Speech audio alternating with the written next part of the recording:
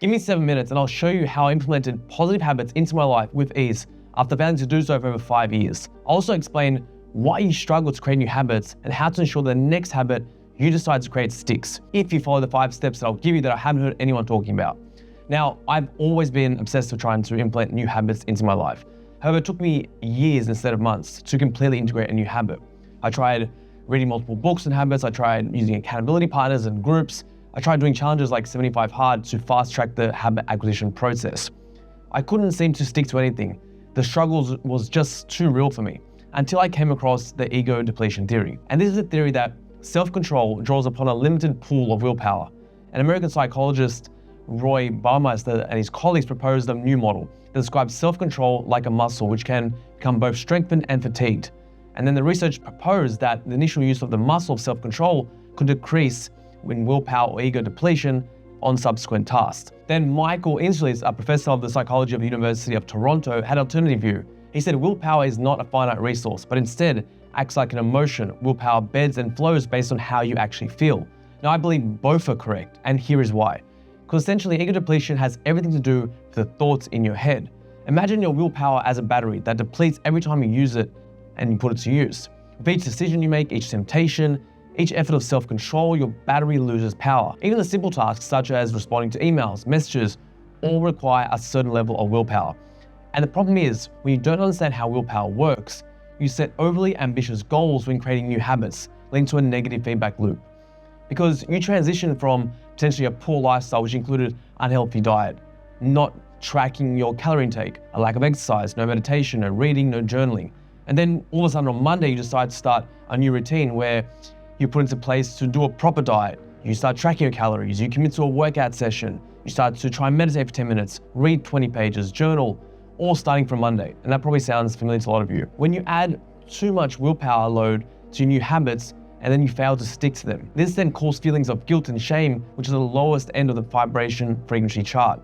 And when you operate from such a low frequency state, your self-talk becomes negative, your confidence decreases, and then your motivation to be better is lowered. And now you're probably starting to see why I failed 75 Hard along with hundreds and thousands of others. Another pitfall is executing on these habits at the wrong time. There is a reason why intuitively people know that they should work out first thing in the morning, because as the day goes on, your willpower drops and makes it harder to go to the gym and stick to that diet. And if you start to stack so many new habits at the wrong time, you're just setting yourself up for failure, unless you can unleash your inner Goggins. Now, willpower isn't finite. It is a muscle that can be trained like anything else.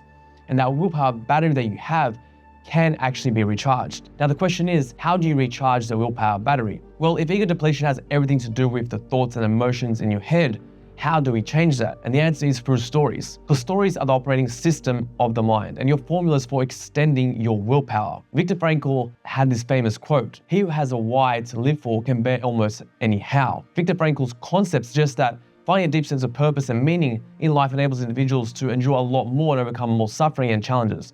He believed that the search for meaning is the primary motivation in humans, providing strength to navigate life through tougher situations. Now, these stories can be formulated from many different angles, and it's your job to understand what makes you tick. So why are you actually trying to implement these new habits? What is the new version of yourself that you want to be? And how will they impact your life if you actually can integrate them? And a little trick here is that a lot of humans are actually better at running away from something than running to it. The use of negative visualization to your advantage. As an example also, some approaches you suddenly find the willpower and diet to achieve your beach body. Why? Because the narrative of the summer body running through your mind, the pictures yourself of you at the beach, half naked, that's what charges your willpower battery. Now you might be thinking, how will I ever integrate all these new positive habits into my life if it's going to require so much willpower? Well, the good news is that once you integrate the habit, it usually takes about 3 months for me, it requires very little willpower to maintain it. And I can't think of a better investment that you can actually make for yourself than integrating these new habits that are effortless. Let me give you an example of my journey with nutrition. In the past, I used to have a habit of binge eating. I would consume like 10 to 15 ice creams in one sitting. And sometimes I even wake up in the middle of the night to run to McDonald's. Now, I would always go to bed dreaming about desserts and the junk food because I had that addiction. And every single meal was a battle for my willpower. And going from that to eating 100% whole foods didn't happen overnight, it just took time to get there. And now it requires virtually zero willpower for me to do. Now that you're aware of that, that self-control draws upon that limited pool of willpower, and the depletion rate of the willpower depends on your level of self-control required, which is influenced by one's thoughts and emotions. And stories can actually, or your why can increase the amount of willpower you have. Here are the 5 steps that you can use to acquire habits with ease. First, write a list of habits that you actually want to have in your life.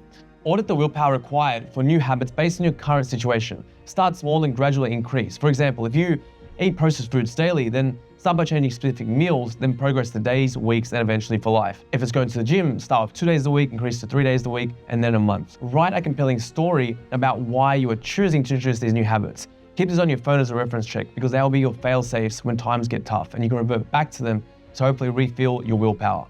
The next thing to do is plan out your habits over the course of a year. Be strategic about them, knowing what events you have coming up. If you're new to personal development, begin with 1 habit every 3 months. However, if you believe that you can have a strong willpower, you can try incorporating 2 to 3 habits at once.